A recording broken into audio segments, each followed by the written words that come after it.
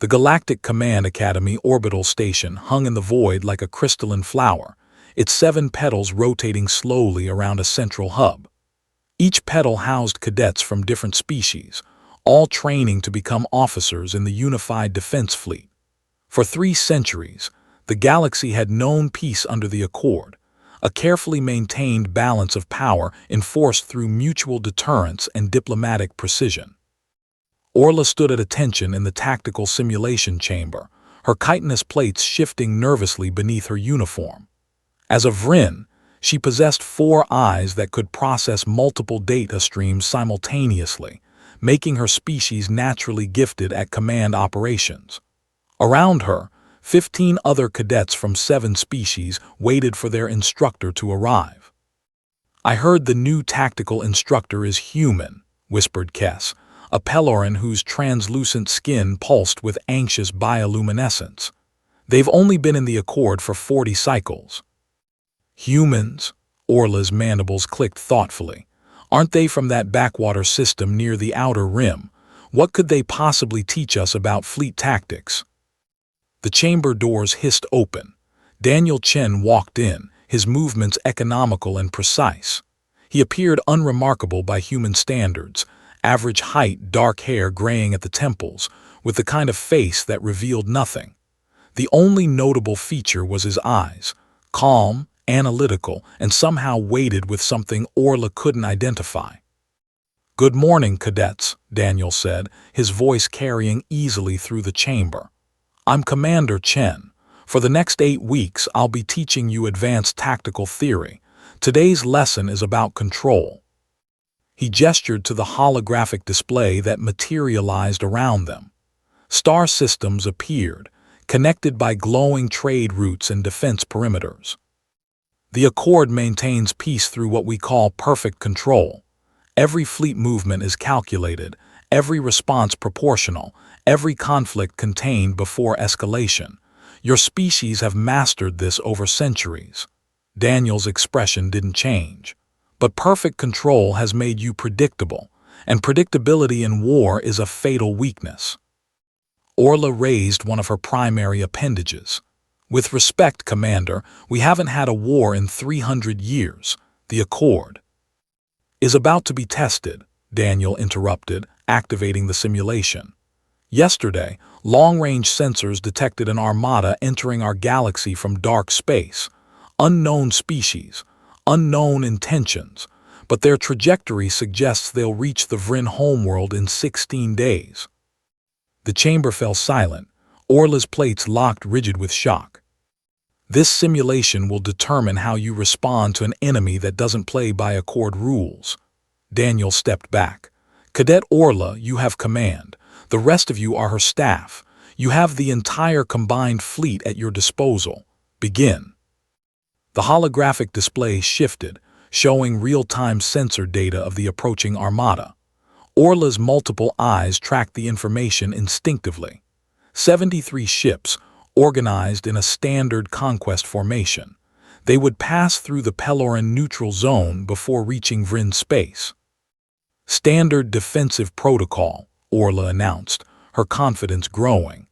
"Alert the Peloran Defense Force to monitor the fleet's passage. Position our forces at the system boundary.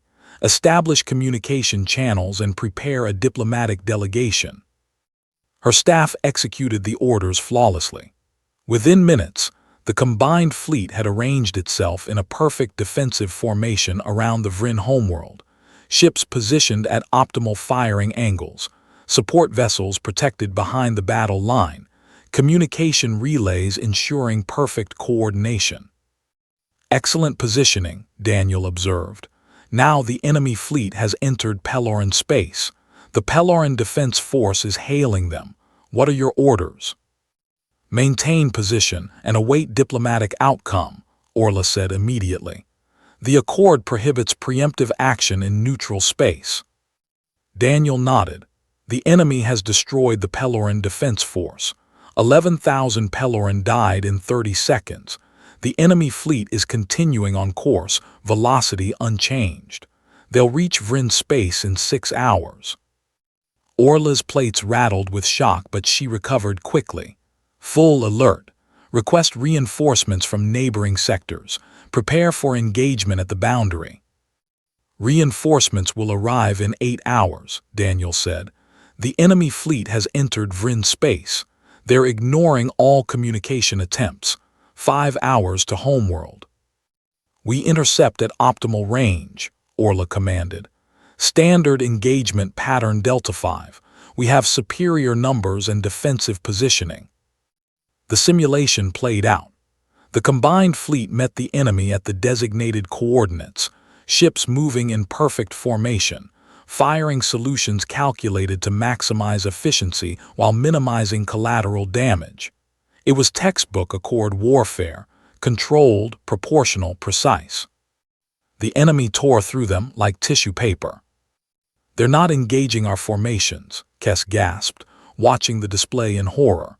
They're targeting command ships exclusively, ignoring the battle line entirely.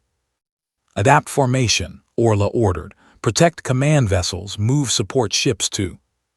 The enemy has deployed kinetic weapons, Daniel announced calmly. Not at your ships, at your homeworld. The display showed hundreds of small objects detaching from the enemy fleet, accelerating to relativistic speeds. Orla's mind raced through calculations. At that velocity, even small masses would strike with the force of nuclear weapons. Impossible to intercept them all, she whispered. We'd need to destroy every single, her voice failed. Your homeworld has 4 billion inhabitants, Daniel said quietly. Those impacts will kill approximately 2/3 of them. The enemy fleet is now engaging your disorganized forces. You have 1 hour. What are your orders? Orla stood frozen, her 4 eyes unfocused. Everything she'd learned, every tactical principle of the Accord had led to this moment, and none of it mattered. The enemy didn't care about proportional response, about diplomatic channels, about the careful ballet of controlled warfare. They had come to conquer, and they would accept any loss to achieve it. I don't know, she admitted, her voice barely audible. Simulation pause, Daniel commanded. The holographic chaos froze. He stepped into the center of the display, his figure small among the frozen starships and dying planets. The Accord taught you to fight with one hand tied behind your back, he said, because for 3 centuries everyone agreed to the same rules, but rules only work when both sides honor them. He looked at each cadet in turn. War, real war, isn't about control, it's about survival, and survival requires you to think like someone who has everything to lose. He reset the simulation. We're going back to the moment the Peloran Defense Force was destroyed. Cadet Orla, you have command. But this time, I want you to forget everything the Accord taught you. What would you do if your species' existence was the only thing that mattered? Orla stared at the display. The enemy fleet appeared again, fresh and undamaged, passing through Peloran space toward her homeworld. Something shifted in her mind, not a breaking of principles, but a sudden clarity about what those principles had been protecting her from seeing. We don't wait, she said slowly.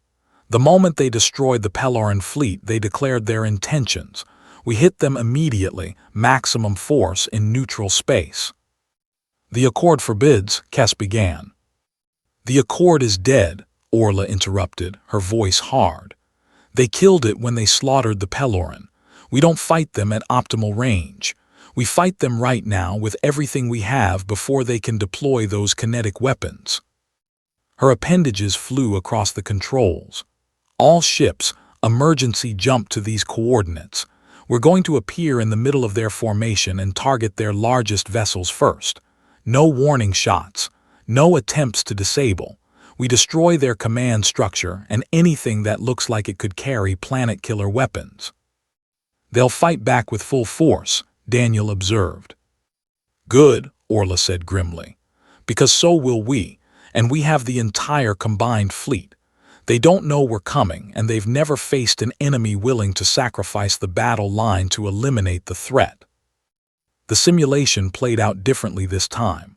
The combined fleet materialized inside the enemy formation, taking catastrophic losses but destroying the enemy's largest ships in the first exchange. It was brutal, chaotic, nothing like the elegant warfare of the Accord. Ships collided. Formations broke. Thousands died on both sides. But the enemy fleet shattered. The surviving ships scattered, unable to deploy their planet killers, unable to coordinate without their command vessels. The Vryn homeworld remained safe. Simulation complete, Daniel announced. The holographic display faded. Cadet Orla, your first solution resulted in 4 billion casualties.